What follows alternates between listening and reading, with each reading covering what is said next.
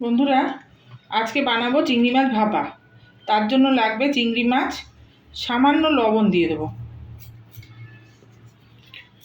আর দেব একদম অল্প 1 চামচেরও কম হলুদ। আর এই যে মিক্সির বাটিতে সর্ষে আর কাঁচা লঙ্কা ঘুরিয়ে রেখেছি, অল্প পরিমাণে দিয়ে নেব। খুব বেশি দিলে আবার ঝাঁঝ হয়ে যাবে, সেই জন্য অল্প পরিমাণে দিয়ে নেব।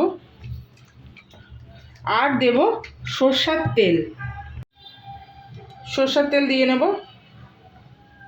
এই যে কাঁচা সরষের তেল দিয়ে ভালো করে মাখিয়ে এটাকে টিফিন বক্সের মধ্যে ভরে নেব।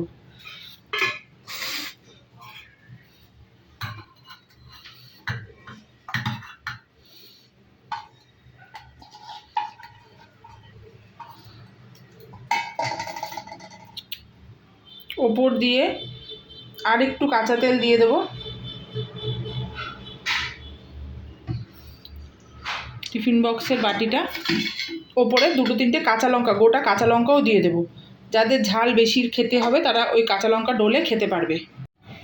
কাঁচা লঙ্কাগুলো ওপর থেকে দিয়ে দেব, দিয়ে এবার ঢাকনা আটকে দেব, দিয়ে এটাকে কড়াইতে ভাপাতে বসিয়ে দেব। বন্ধুরা, কড়াইতে ভাপে আর দেবো না, ভাত হয়ে গেছে আমার। এই ভাতের এই মাঝখানে বসিয়ে দেবো। এই যেইটুকু জল আছে সেই জলটাও শুকিয়ে যাবে, আর এইটাও হয়ে যাবে।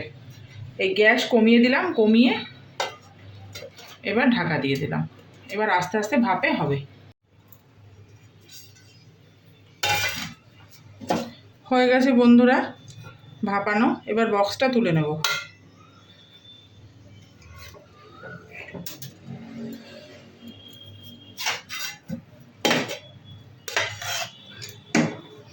ভাতের জলও শুকিয়ে গেছে, ভাতও দেখুন একদম ঝরঝরা, একটুও দলা পাকেনি ভাতে, ভাতও ঝরঝরাই রয়েছে।